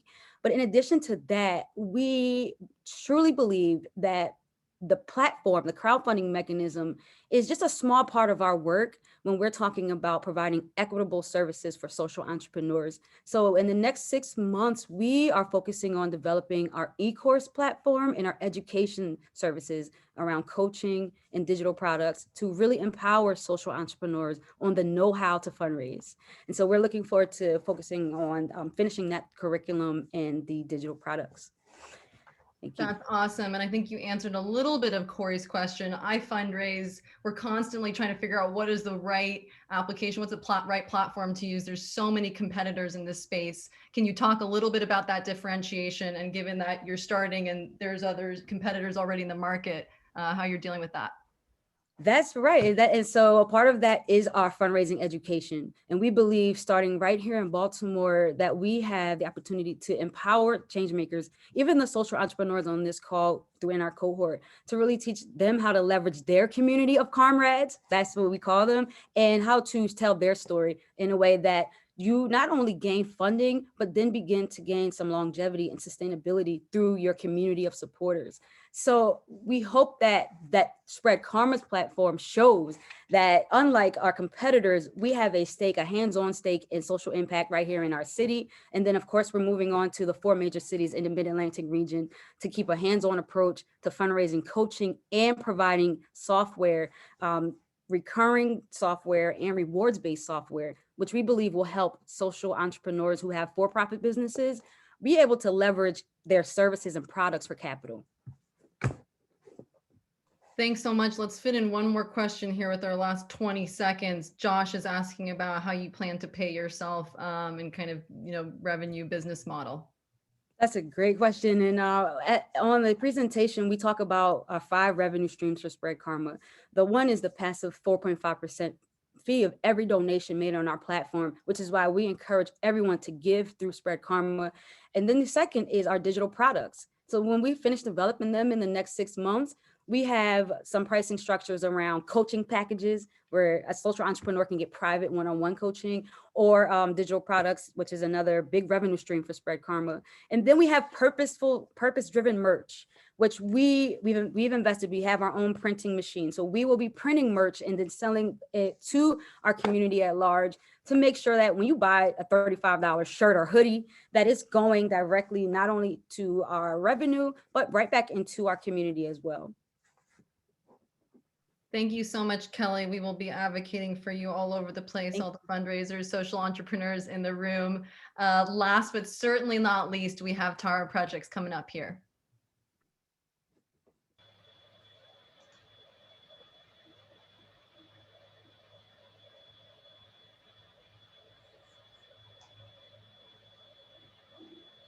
Did you know that it takes 10,000 liters of water just to make one pair of jeans?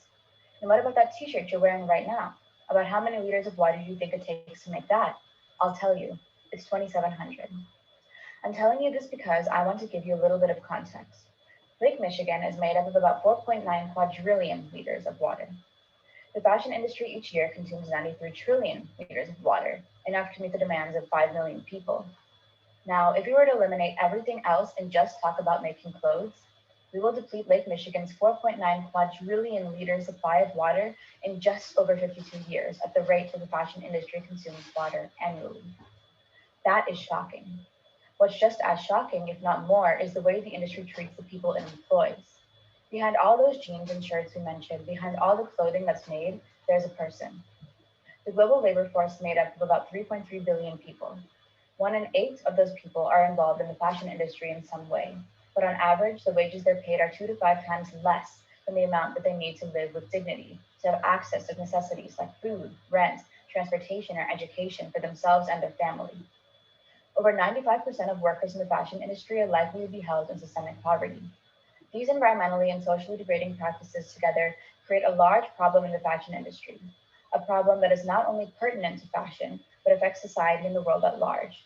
And after reading more about these problems, our team decided in 2019 that we couldn't stand by while they continued to happen. So that's why we started our project. My name is Shanti, and I'm the founder and CEO of Tara Projects. Tara Projects is a student-run fashion social enterprise in the business of making pants. Our mission is to economically empower artisans at risk for poverty while embracing an environmentally conscious supply chain, using materials and practices that minimize waste, water use, and toxic byproducts. Our brand's commitment to transparent, eco-friendly, and ethical practices helps our customers purchase quality and stylish clothing in an eco and socially conscious way, with access to affordable prices and inclusive sizing. Our model addresses the problems of the fashion industry in 3 unique ways. 1, our model is holistic. Many brands choose to focus on addressing one issue while neglecting the other, sacrificing either environmental consciousness or ethical treatment. We consider it essential to do both, even from the beginning stages of our venture. So sustainability and ethicality are incorporated throughout the creation of our products. 2, many brands partake in what's called greenwashing, when companies intentionally convey misleading information about the eco-friendliness of their products. We are committed to not doing that by being completely transparent about our supply chain. Our customers will know exactly how their product was made and where and to who the cost of their purchase is going. 3, one of the largest issues about the sustainable fashion space is pricing. Many brands have baseline price points that are unaffordable and inaccessible to many demographics. We want our brand to be as inclusive and accessible for the most amount of people as possible. So our pricing was planned accordingly and is lower than many competitors in the space. So we're committed to upholding ethicality, sustainability, and transparency at Tara Projects. And while we're doing this, here's what we've accomplished so far. We've established a partner in Chennai, India, and worked with them for our first batch of pants, made of fabric that went unused or unsold by larger companies and would have ended up in the landfill. By repurposing this fabric, we were able to ensure that 0 additional waste or water was produced in the creation of our products. We have raised over $3,000 in non-dilutive grant funding. We participated in accelerators at organizations like Fast Forward U and Social Innovation Lab, and we received features in outlets like Milka Magazine and the Johns Hopkins newsletter. We're excited about the progress Tara Projects has already made in the past 6 months, and we are so excited to grow over the coming years. In order to continue at our current pace and trajectory, here's what we need. We've just gotten our first batch of 105 pants and 150 face masks. We're looking to sell all of them within the first 10 weeks of launch, putting us at the beginning of July. Once they're sold, we will be able to begin prototyping and producing a second batch of products. This will enable us to continue providing economic opportunity and employment to artisans in need while continuing to reduce waste throughout our process. To help us continue to do this, please join our community by checking out our website, purchasing a product or two, and following our progress on Instagram. Join us in our mission of supporting fashion that is conscious about the planet and the people on it so that you can feel good about what you wear. Thank you. Thank you so much to Tara Project for that. I've been following y'all on Instagram and I am excited about the pants. Let's just jump in here. A good question from Josh here about kind of shifting priorities of consumers, especially young people, and kind of, do you think you can convince people to not just buy, but kind of hold on to clothes? Right, that's such a great question. And I think more and more now, as sustainable fashion is really taking off, imagery is so powerful. Seeing the people who are making your clothes, seeing the fabrics, where they're sourced from, and making the clothes, that's very powerful, especially when you do it through social media, which is also such a powerful tool of communication these days. So I think the more we portray our clothes and how they're made and who they're made by on our social media, we can kind of tell people that fashion is something that's personal, it's something that is handmade, and it's an art, and that can in turn encourage people to really hold on to their clothes and cherish them, not only physically, but for the stories that go into producing them as well. I love that, Shanti. I hear that you launched your product on Earth Day, so tell us a little bit about that, and to Josh's point, what comes next? Right, so yes, we launched on Earth Day on the 22nd. It's still very fresh. It was the most overwhelming day, I think, of the past year, but it was filled with love and gratitude. We've sold out of all of our size smalls. We've sold over 3/4 of our pants inventory so far. So we were just met with surprise, to be honest, that we were able to sell out that much, that fast in the past week or so. And it was so fitting that we were able to launch on Earth Day too, just because of our brand's commitment to eco-friendly practices throughout our supply chain. And what's next? What's next is beginning prototyping and product development as soon as possible. Right now, we're a team of all students, so this is going to start in the next few weeks after final season ends. But we really want to get a next batch out based off of customer feedback and what they're looking for, what you all are looking for in our next product line. We want to expand our product offering in terms of the types of products we will offer, as well as in terms of quantity, because we have a better sense of demand. So those are the next steps, is product development, prototyping, so we can get a second line out to you all as soon as possible. Well, we're so excited, Shanti. And with that, since I'm not seeing any more questions, I'm going to hand it back to Madison to close out this glorious set of presentations. Congrats to everyone. Mute. Thank you, and a big congratulations to all of the SIL teams for not only having very compelling stories, but for all of the progress you've made. I've been hearing feedback in the chat about how amazing your storytelling was. So I want to commend you all for that, clearly communicating your impact, but even more so the incredible work that you're doing. We only have a few minutes left, so I'm going to dive right into what many people have been anticipating, especially the teams. So now, as we come towards the end of the evening, it's time to announce the winner of the $25,000 Cohort Prize. Tonight, with the support of the ABLE Foundation, we can offer this award to a team that was voted upon by the cohort themselves and a small group of advisors. The results of that vote, which essentially will reward one team who has made substantial progress, has a strong plan for the future, and a clear potential for impact in the community.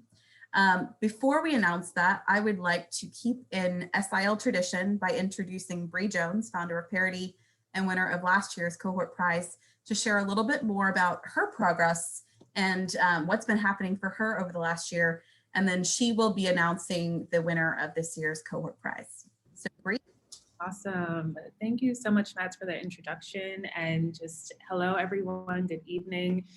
It's so nice to see so many familiar and friendly faces. My name is Brie Jones, and I'm the founder of Parity, which is an equitable development company that acquires and rehabilitates abandoned buildings by the block and creates pathways for social groups to buy affordable homes together as a means of wealth building, but more important, as a means for social justice.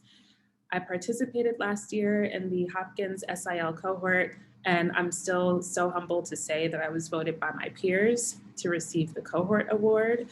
Participating in SIL really helped to catalyze the trajectory of Parity by creating some good press for the organization from the Baltimore Business Journal, and technically by building a relationship with the ABLE Foundation. Hey, Beth.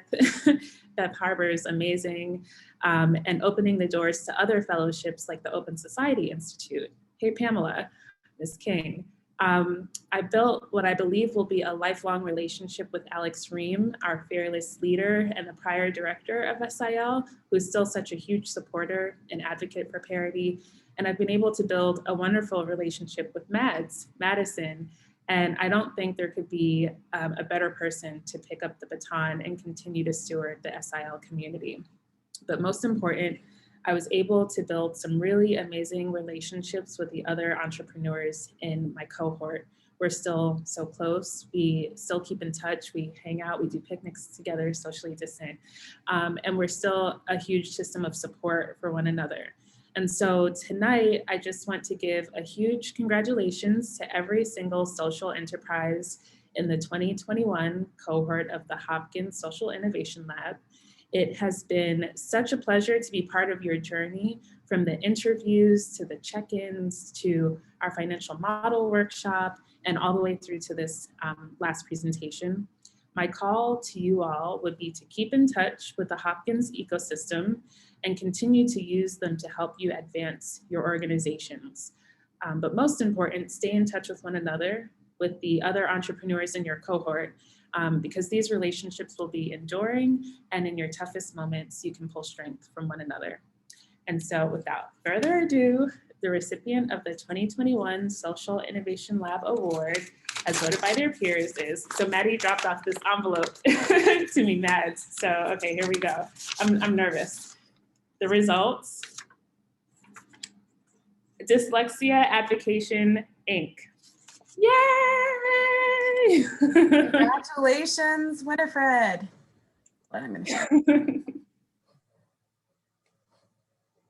Thank you so much, Bree, for your remarks and for sharing with us. And congratulations to Winifred of Dyslexia Advocation for all of your work and progress. And we are excited to watch your journey moving forward.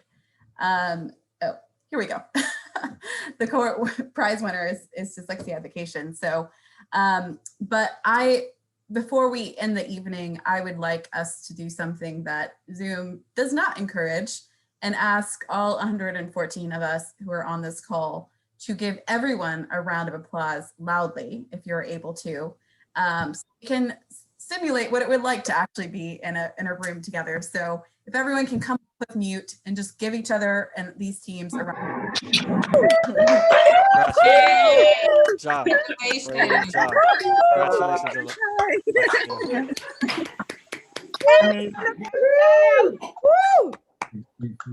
I'm so proud of all of you and where you have come. So, you know, in my book, and you're all winners, you've won something. You've won greater insight into your companies, where you're heading. You've bonded with your teammates. I know several of you have started working together more collaboratively. You've bonded with others. You've made connections in the ecosystem, and this is just the start. So to all who have joined us, so to our supporters, our sponsors, ABLE, to our partners, to our alumni, to our advisors, to JHTV in the Hopkins community, and the Baltimore ecosystem, please take an opportunity and act on that one decision or takeaway that you will do. And I ask you to do it in the next 48 hours. So reach out to the teams, follow them, support them, send them notes, because these are the up and coming leaders. So when we talk about Open Society Institute fellows, and we talk about potentially even echoing green and others going on in the ecosystem, These are the leaders of the future. So I am so honored to be part of your journey. I want to thank you for allowing me to be part of your journey over the last 6 months. And this is not the end. As others will say, Dana is on my screen right now. You know, we continue to come around and check in and are looking to really bolster our opportunities for alumni to get involved in the future. So stay tuned to what's happening with SIL in the future. And in line with trying to keep to time because we are online, I want to thank you all for joining us. Celebrate you all, celebrate Baltimore, and just wish you all an incredible rest of your evening, and plug that if you know of great teams for SIL, we will be launching applications in August. So I'm always looking for the next fabulous cohort. So look at Winifred. Can we bring Winifred up? Please, wait. I can't see you, Winifred. I can't either. You got to speak so you're on the main screen. Right. Winifred. I'm speechless. I've never been speechless. Oh my gosh. I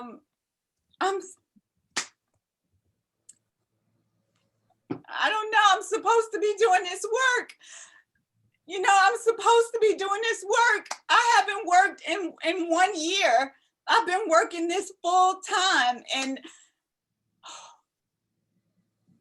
Madison, you know I don't want to go to work. and this is confirmation that I'm supposed to continue to do this work. I signed the non-disclosure today before this for my 50 licenses. Like, this is amazing. Thank you guys. Thank all of you who voted for me. All of you guys are great. Y'all, look how y'all got me. I got my lipstick on. Y'all got me messing up my face.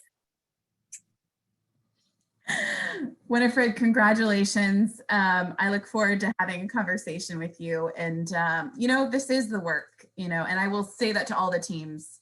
I hope that this has been confirmation that this is good work and this is something that you should continue doing. It is not easy in an environment, especially in the pandemic, when there's a lot of other distractions and needs. And also, you know, I was reading an article about this languishing, you know, this like being in the middle and not really knowing. There's a lot of other things going on in the environment. So continuing to do the work that you're doing.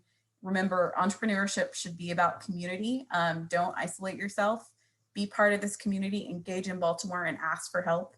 And I'm really excited to see your futures. Winifred, congratulations again. Teams, congratulations on fantastic work. And with that, I will say good night.